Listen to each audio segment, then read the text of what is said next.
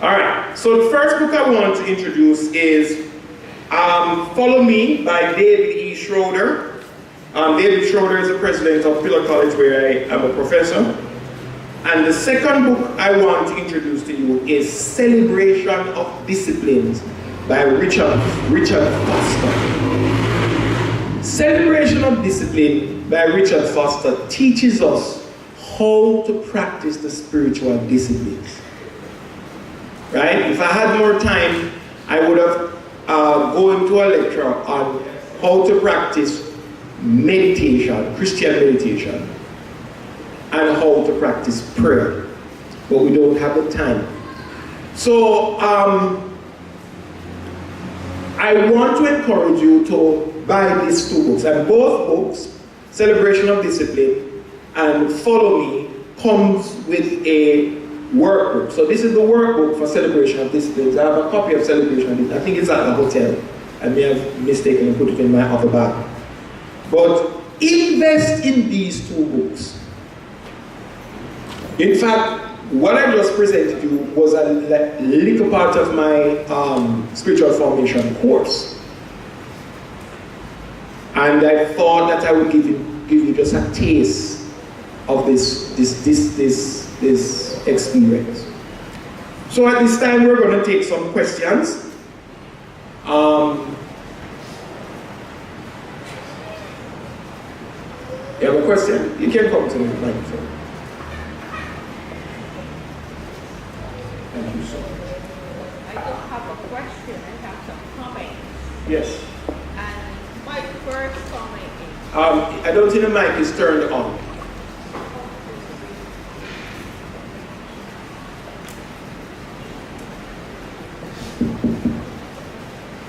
My first comment is that over the past couple of days, we have received so much information on the doctrine of the Church of Nazarene. It has been broken down so that the simplest person could understand. And I think that more Nazarenes should have been here today. And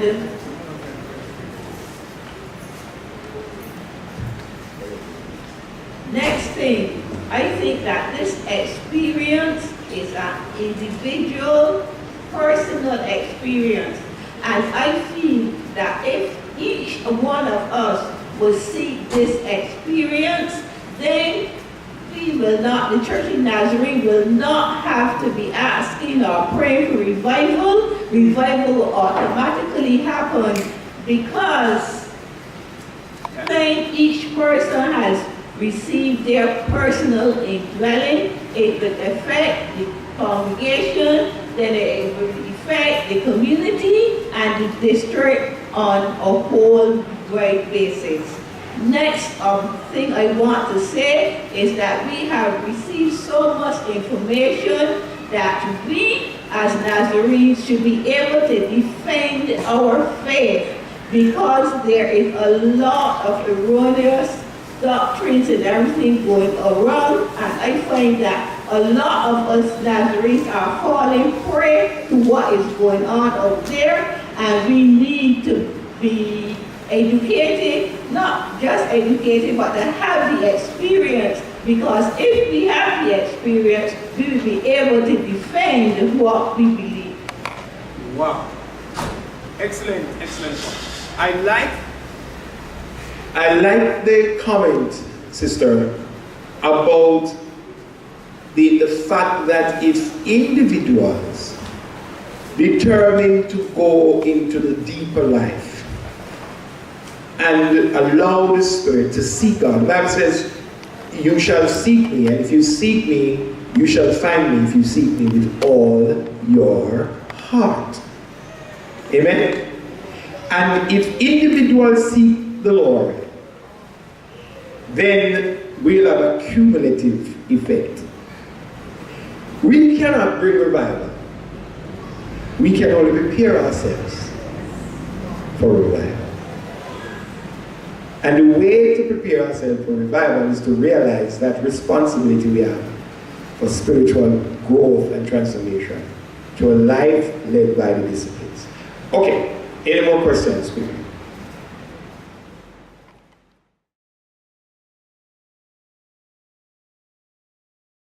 You said if you had more time, you would have spoken to us a bit about how to pray and do meditation. Meditation, yes. I actually have some practicums, but the time, That's all good and wonderful. One of the topics on my heart and my concern you mentioned while you were speaking on this is fasting. yes.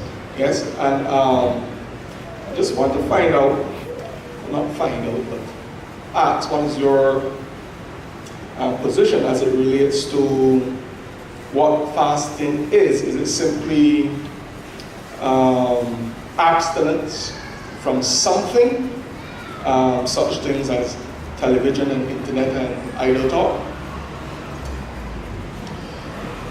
That's a question that a lot of people ask. But from my perspective, the ancient discipline of fasting is the abstinence from food. Man shall not live by bread alone. Food is the sustenance of life. And the discipline of fasting is a demonstration and realization and acceptance that in spite of food, we have another sustenance, which is God. Right? So I do not share the view that you fast Facebook. I don't share that view. I believe that fasting is an ancient discipline of giving up food as the staff of life, as an opportunity to seek God in that time when we are not eating. It is a way of humbling the spirit and the soul to search for God and to see God as the sustenance of the soul. One last question. Yeah. As it relates to the quote-unquote Daniel fast. Yes. In terms of the Daniel fast implies that I can eat certain things during the Yes. period of fasting. And I just want to know what is your position. Yes. on So funny you should ask about the Daniel fast. I went on a Daniel fast in February, and I decided after the Daniel fast that I will not come off. So I've technically been on a Daniel fast since February, but by becoming vegan. Remember that the Daniel fast, as its name suggests, was a fast that Daniel engaged, I think in chapter, what was the chapter again? I don't remember the chapter now. 10?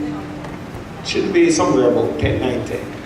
And he did not eat any choice foods.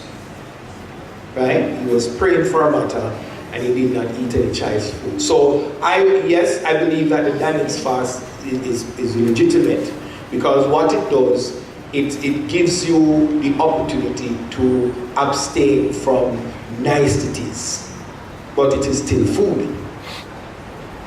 All right? Yes? That makes sense? I beg to differ, but I don't want to run. No. We want it to differ.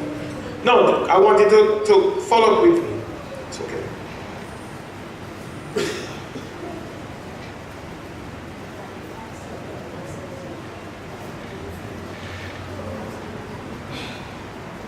All right, I beg to differ because when I look at fasting, I'm not a Hebrew scholar or anything, But when I look at fasting throughout the Old Testament, majority of times I see abstinence from food and drink. Other times I see fasting within a specific period of time throughout the day. When I look at what people call the Daniel fast, and I read the whole book of Daniel, I see Daniel fasting in chapter 9. He went on abstinence. He went on a dietary restriction in chapter, I think it's 1 or 2. Yes. In chapter 1 or 2, when the king, when the king ordered thing, and they decided to only eat vegetables and drink water. And he went on a fast in chapter 9, and by chapter 10 he said he didn't eat the king's choice meat. But I did not see where it said, and this is me, where it said that he ate anything. And secondly, when we read and go down to what the angel said when you humble yourself, and I think some of the scholars say that the word humbling was parallel to fasting or withdrawing yourself. So because I didn't see where it says he ate anything, for me, I cannot assume that he did.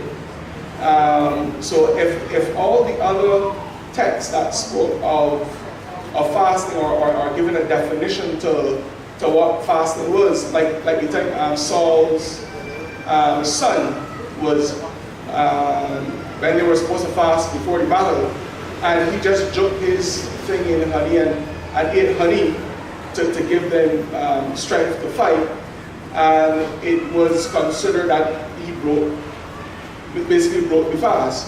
And nowadays we say, well, you can Daniel fast, you can eat honey, separate yourself from sugar and whatever kind of sugar, and eat honey and whatever. So for me, I don't see Daniel chapter 10 as legitimizing what is perceived as a partial fast. A partial fast. Because I don't see the Bible say anything about partially fasting. Yeah, very interesting comment. What I think the Bible demonstrates is different kinds of fasting. And I believe that back in those days, to have access to those choice food was significant, and hence to give them was significant. And I think there is a place. So we beg to differ. We beg to differ. But I understand the point you're making. You're thinking once it's fast, it's absolute. Yes? Okay, I understand. Fast. Yes, Ray. All right. Good morning. Morning, Chief.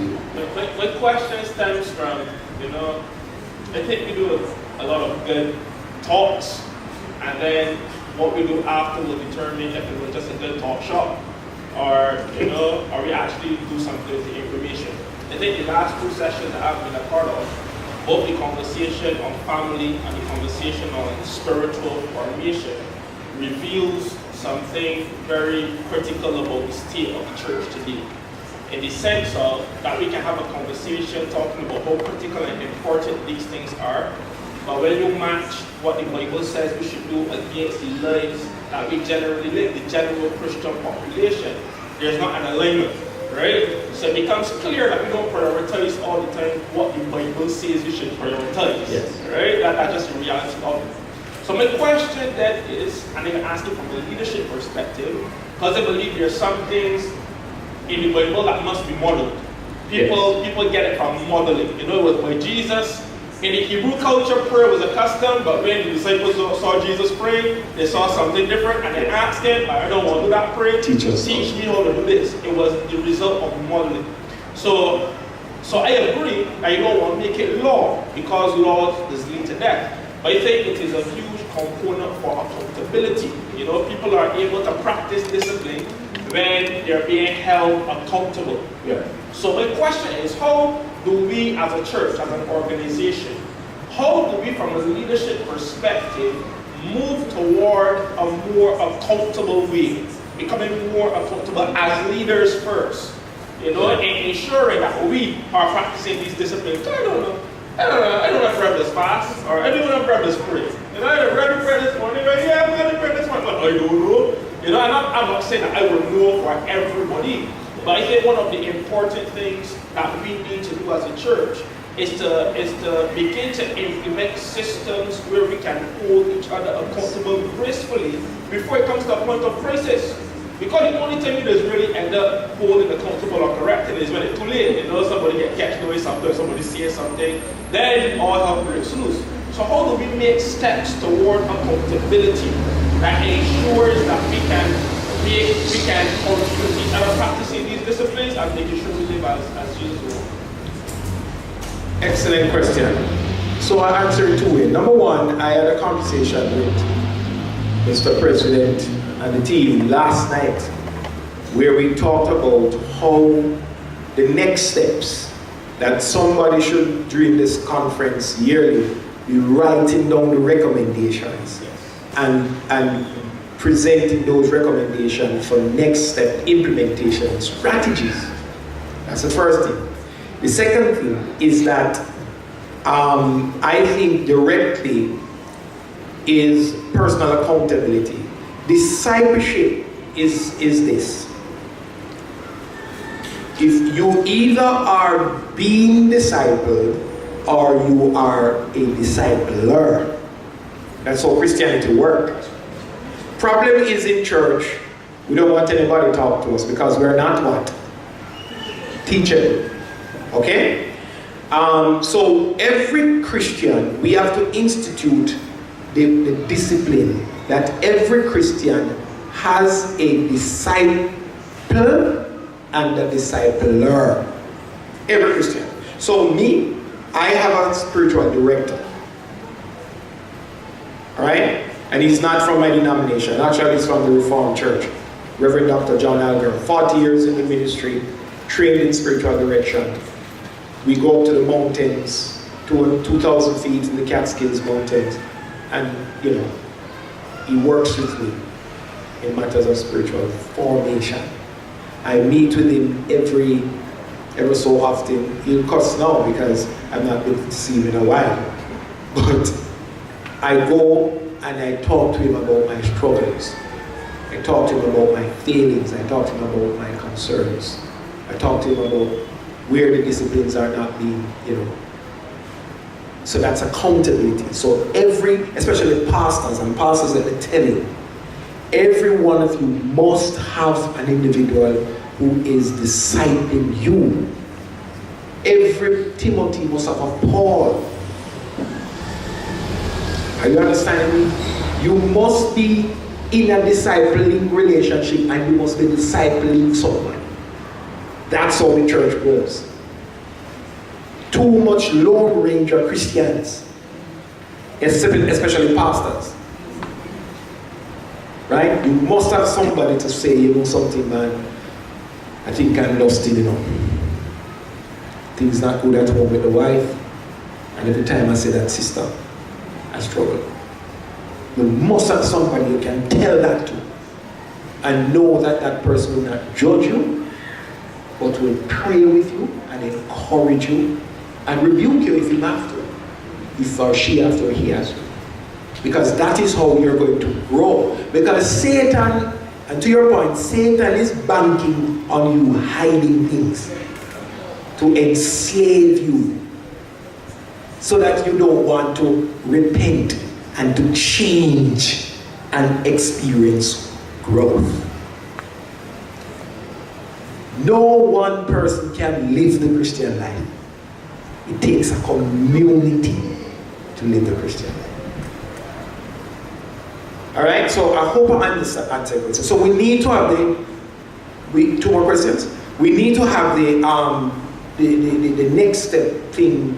We need the Pastor Farley and Pastor and Brother Mr. President will have to talk about how we get the recommendations from these lectures and teachings and start putting some stuff. I think last night I was telling the church, I was telling the team that I think we are onto something with a family life center in the Nazarene Church in Barbados. I think you will draw a lot of people to the Nazarene Church if you develop a family life center to deal with things like a single parent, to deal with things like the single ladies and men, to deal with things like the fatherlessness. Men, it's an opportunity, yes. Right. Good morning. Good morning to everybody. I just want to say, first of all, that I really endorse the presentation. That was excellent as well. I had a couple of questions, but in lieu of time, I will not ask this question. No, ask the question. No, but what I want to ask of you, is it possible that this information, which is so much taken at this point? Yes. Is it possible that we can have access to this information? Yes. Because I think that would be wonderful. Because then because there's some stuff in it that I certainly would want to take back to my church and do some training and so on. Okay, I could do that. No problem. Oh Lord. You're going to the car, right? Good morning. Good morning, my philosophy friend. Okay. So recently there was a situation in Indonesia where there was a tsunami. I think we're all aware of. And there was a particular video that was going around on Facebook where there was this guy who was standing on what looked like a rooftop parking lot. And he had his cell phone, so he was making this video. And you could see over the road, there were some buildings along the beach. You could see cars driving past, people walking, and you could see these huge waves in the distance coming. And he started screaming and screaming, tsunami, tsunami, over and over. And the people, I don't know if they couldn't hear or they weren't just paying him any money, and they just continued walking, cars continued driving. As he kept screaming, you could hear the urgency in his voice. His voice started to get hoarse. He was just begging people and waving, and you just saw these waves in the distance getting closer and closer. Eventually, they crashed into the shore. You saw people getting swept away. You saw cars getting washed off the street. A few people had heard, and they came into the parking garage with him. And then you just suddenly heard him start screaming again, and you could see an even bigger wave in the distance, and they all ran into like a dark corner of the parking garage, and you could almost feel the building that they were standing on shaking as this wave struck. Now, there are a couple of things I think that relate to what you mentioned today, and one was the viewpoint. Those people that were walking on the street couldn't see the waves coming because of all the buildings and the restaurants and so on that had been built between them and the sea. The other thing is that one of the reasons why there was such a huge death toll with that tsunami was because the warning system failed to detect that the wave was coming. So these people are completely dependent upon this warning system. You could call it a pastoral crutch if you want, but they're completely dependent upon being told that there's an issue coming that they need to deal with.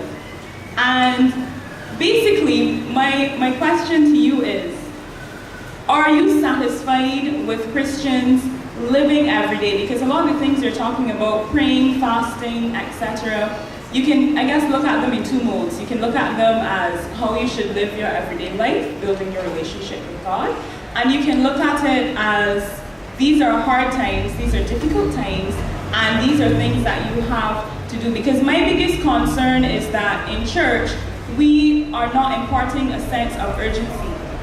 You know, the leadership is not being a warning system. The leadership is concerned with whether you are having sex with your neighbor. They're concerned with whether your children are, behaving properly, and how your relationship with people at work are, kind of typical mundane things, which is, these are things you should be concerned about. But then when you think about the fact that we're here for a season and a purpose, and all of this is going to pass away, I begin to get scared, because I begin to wonder, are we living with the urgency that God has called us to live with? Is this how you behave when you are in a war, when Vietnam War was going on in the States and people were conscripted into the army, just as how we're going out and we are evangelizing and we're conscripting people into the kingdom of God, when they came in, did they sit down and relax, or was it, we got to train you right now because things are vicious, the enemy is out there attacking and we need to get you in the field, this is a battleground, this is not living, you're not working a job where it's 9 to 5. This is every hour of the day, every minute of the day, something horrible is going to happen.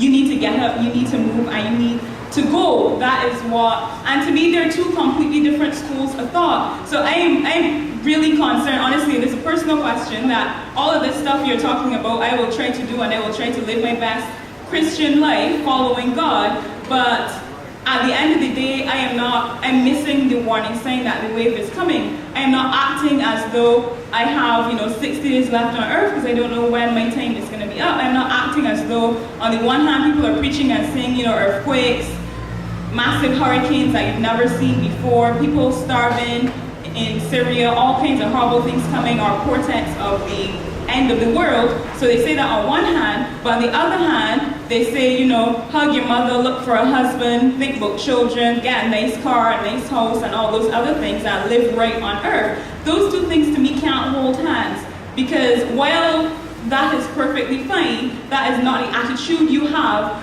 when it is the end times and we are supposed to be battling. So my question is, how does all of this that you've discussed, spiritual reformation, translate from the mundane, everyday, good, solid Christian life to this is a battlefield, you don't have much time left, do what God is telling you to do or else, kind of like. Awesome question. So I'm going to maybe try to give it a 3-phase answer. So first of all, let's go to the Lord. Jesus, in his preaching, made it clear that watchfulness is the order of the Christian life. Be on the alert. Be on the alert. Several places Jesus says, be on the alert. The problem is that we're sleeping and we need to wake up. The second approach to the question is that it is the responsibility of the shepherd, pastors, to protect the flock when the wolves are attacking and thieves are attacking. And the third part to that is that the pastors are responsible to go back to the ancient text and assume the position of warfare and prepare the flock for battle.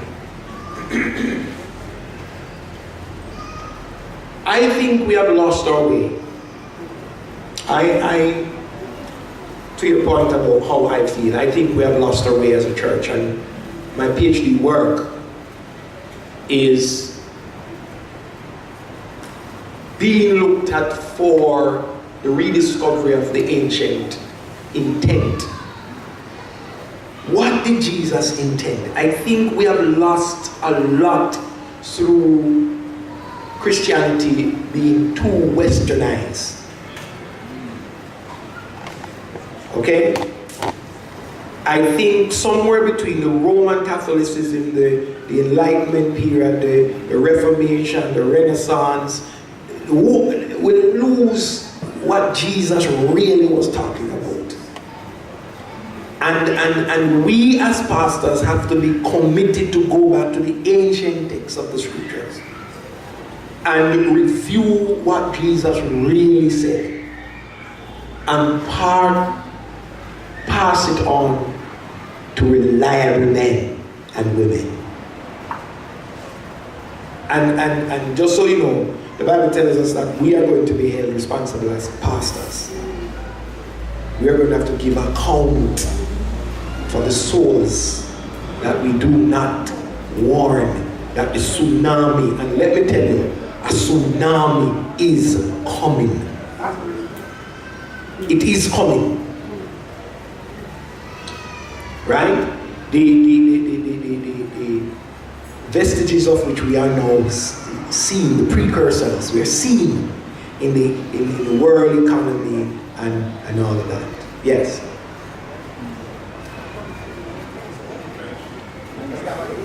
Oh, you have anything to say? Yes. Yes. Yes, come, you can come to the mic.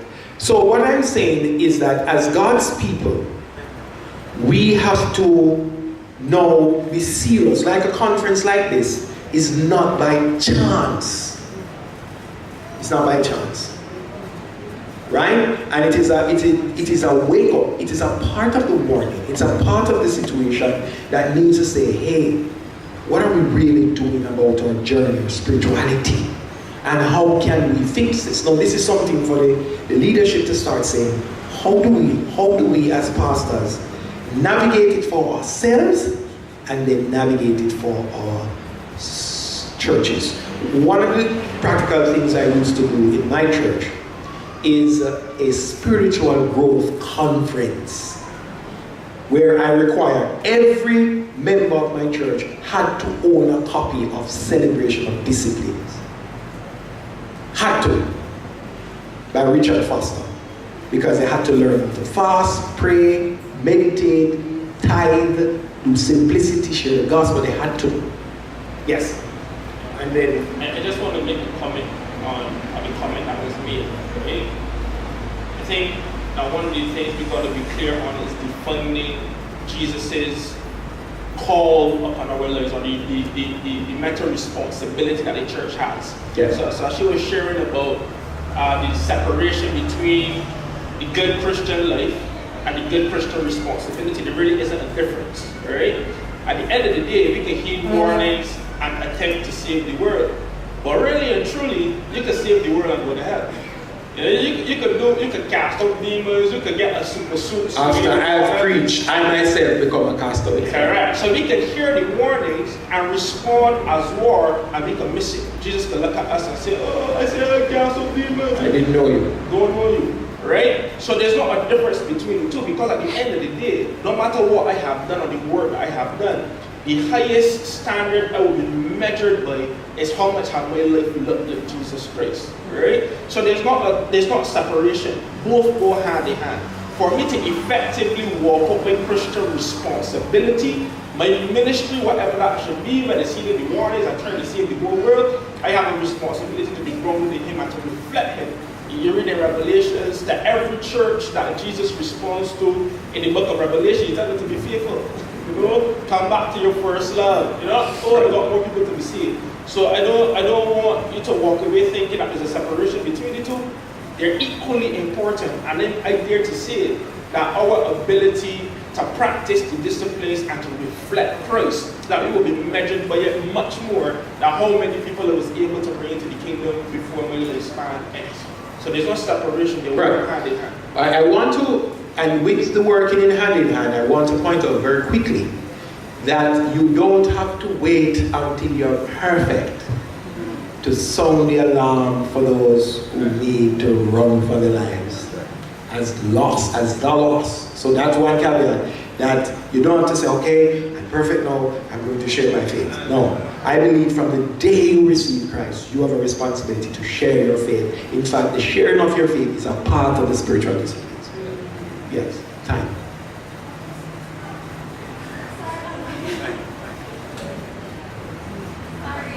Just one comment. Good morning, everyone. Morning, Pastor. I just really wanted to emphasize the importance of pastoral care and counseling for leaders and ministers, because as you have gone through this entire presentation, and even with the questions that have been asked, a lot of weight has been placed on the ministers and leaders. And I don't feel as a church, I can only speak for the Church of the Nazarene, but as this denomination specifically, that we place a lot of emphasis on the care of our leaders and ministry to our leaders. And if we're asking them not just to sound the call, but sound the call and ensure, like Paul said, that I'm not missing when that trumpet calls as well, then it has to be more than the mechanics of ministry. Ministry can't just be about preaching on Sunday morning or having Bible study on Wednesday night. There has to be time given to your own care and our own care as ministers and leaders. So I just wanted to share that I think in addition to the next steps, we really need to consider how we're going to take care of our leaders and ensure that as they minister to us, they are ministered to as well. Absolutely amazing. Agreed. Yes.